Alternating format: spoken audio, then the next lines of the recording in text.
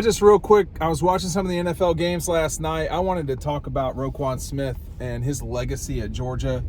Troy Aikman was talking about there's no better linebacker in the NFL than Roquan Smith. So I've got a couple things to say about Roquan. I went down there to Montezuma a couple of times, Macon County, Georgia, if you've never been down there. And I'd been there in a previous life. I'd been down there because of some of the flooding that occurred years ago in the mid-'90s, in the early 90s, actually. And, Roquan picked UCLA, signed, or was about to sign with UCLA, and then I think it was Jeff Urbrick. What UCLA wasn't saying to him, which was pretty dishonest, to be honest with you, was that he was going to go play for the Falcons, or to coach for the Falcons. That set off a scramble. And eventually Roquan signed with the Dogs. He changed a lot about college football in doing so, in terms of recruiting, and then he changed some stuff with the Bears too. But Roquan, smart, like really smart. And just, if he doesn't make that play in the Rose Bowl, Georgia does not go on to win for the play for the national championship. Certainly, that might not happen. Hey, listen, I don't know if you can see this sweatshirt or not. I wear it a lot. I did want to give a shout out to our friends over at Red Zone in Athens. They're the ones that create these. They're unique. You can't get them anywhere else. It's got all of Georgia's national championships that the school claims. Not the Alabama national championship version, but you can check that out at Red Zone. Our friends down there on Clayton downtown. I need to shout them out a little bit more often. But if Roquan doesn't make that play, Georgia probably allows a first down after kicking a field goal. That play forced the field goal. The next play, that was a 3rd and 2.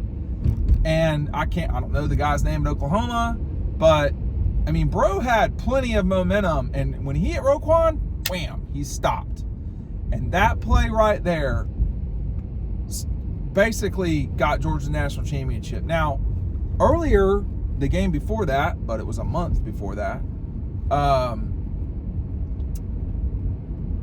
his play against Auburn was the last time a player at Georgia recovered 2 fumbles in the same game. I've got a great picture of this. I can't show it to you because I'm driving. But there was this picture of Roquan picking the ball up and running away from the Auburn players.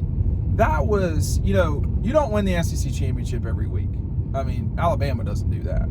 And when Georgia won it in 2017, that was the first time since 2005 that Georgia won the national championship. I mean, it had been 12 years. 12, not all of them long years, but plenty of long years in that time. 2010, 2015, 2013 to some degree. All those years were not a lot of fun. 2009, 2010, 2015, 2013. There were a lot of years where, Georgia had good record, but they didn't have good wins.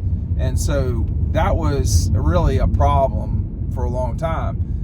When they won the SEC championship, they beat Auburn's brains in, I would say, 28-7. They beat them about as bad as Auburn beat Georgia. It was a landslide in the second half. And, Roquan that day, he was a captain. He made the 2 fumble recoveries. Daquan Hawkins with a huge field goal block. That play right there was a huge deal. There are so many moments in time that happen, and often you don't necessarily realize how big a deal they were. Does Georgia have that comeback without Georgia's in the Rose Bowl, without that huge performance from the defense coming out of the locker room? I mean, everybody, I feel like, a lot of people talk about what Rodrigo did in that game with that long kick going into the halftime. Georgia probably still wins that game without that kick. Now, that provided huge momentum, don't get me wrong. But, man, I'm telling you, when you were on the field for that game, you could feel the momentum switch. Like Oklahoma was in control, but after the locker room, that they stuffed OU, I think, on a 3-and-out just like immediately. And like, there's times when Kirby, I think, is just straight to the point with his team. Well, there's times, most of the time, I would say. He's just straight to the point with them, talking about, hey, we're going to do this. And you saw that in the ESPN, or the SEC Nation documentary or whatever it was during the South Carolina game. I mean, they're straight to the point. Hey, we're going to go out here, we're going to score on the first drive, defense is going to get a stop or a 3 and out, and we're going to go score on the next one. We got about 4 drives, maybe, and we're going to score. We need to score on 3 of them, and Georgia did. Whatever it was that he said, they did that. You know, in the Rose Bowl, I remember talking to some players who were on that team.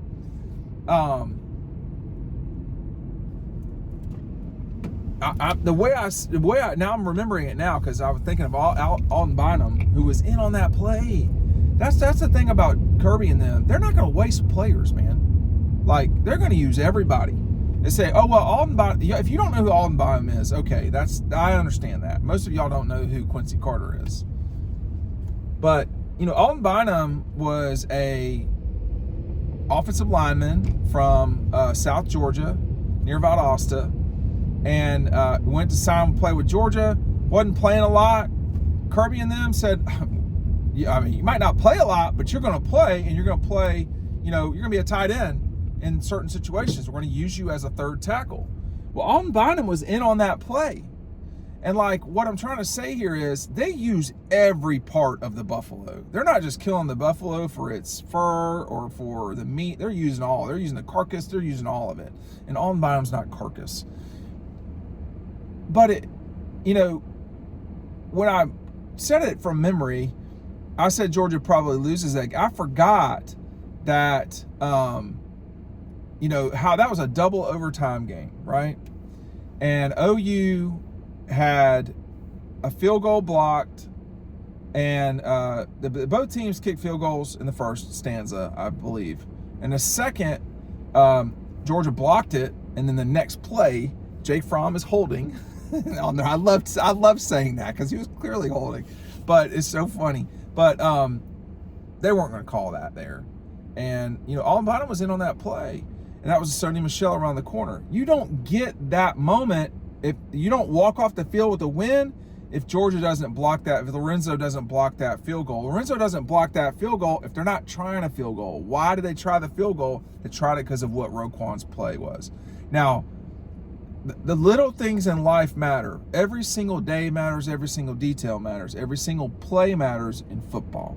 And in many ways, there's stuff inside plays where, you know, are your feet right? Is your hand placement correct? You know, what is the crowd noise? Are you, you know, there's any, what are the other team, what's the other team doing? There's any number of things that happen in a game and in a play. But there's a lot of times I can think of where Roquan Smith specifically influenced something in a way that really hurt the other team. And that was the case with that play. You know, Georgia needed a stop there. Without that stop, the game probably is tied going into the third overtime. And that, you know, I have a place downtown in Athens that I use sometimes. It's not my residence, but I have this giant picture of Sony Michel. It's probably like, I wouldn't say 16 feet, but it's like 12 feet by 6 feet of that play, and it's way up high, showing Sony running to the end zone and this celebration from the Georgia fans, because that crowd was about 50-50. It might have been a little bit more Georgia, but that crowd was 50-50. You couldn't really tell because they're both red, basically. And the jubilation that moment set off was historic. I mean, that's all there is to it. You know, Jake Fromm, that last drive of the Oklahoma game was huge. That was the best he played all year, I think. And they had to have it, and he did it. But they weren't going to say, we're going to keep going to the true freshman all the time here in overtime. I mean, they had 2 stallions in the backfield, in Nick and Sony, and they used them. And on that last play, that was a very well-designed play call. It worked. You have an elite first-round draft pick at running back, and they used him. And I wish they had used him a little bit more against Alabama. Georgia would have another national championship. But it's hard to separate Roquan from these moments. He's a very bright person. He was always ready to work, insofar as I could tell. And he was always gracious to us when we were dealing with him. So I don't have anything bad to say about Roquan Smith at all. But boy, he made a lot of plays for the Dogs. So when Troy Aikman said that last night, or yesterday afternoon when I was watching Baltimore, that just reminded me. I was like, man, I gotta talk about Roquan. He was something else. And I saw him play at Macon County. I saw him, play running back or whatever it was. He played offense too. And he was just so long, and he really wasn't that tall, but he was so long and could move. Maybe he looked long because of how fast he was. We've not seen a lot of guys that fast at Georgia. Roquan Smith, Nakobe. Georgia's had some really, really fast linebackers, but Roquan Smith is the cream of the crop. It was just a quick story going off memory there, but anyway, hope you liked it. We'll see you on the next video. Thanks for watching.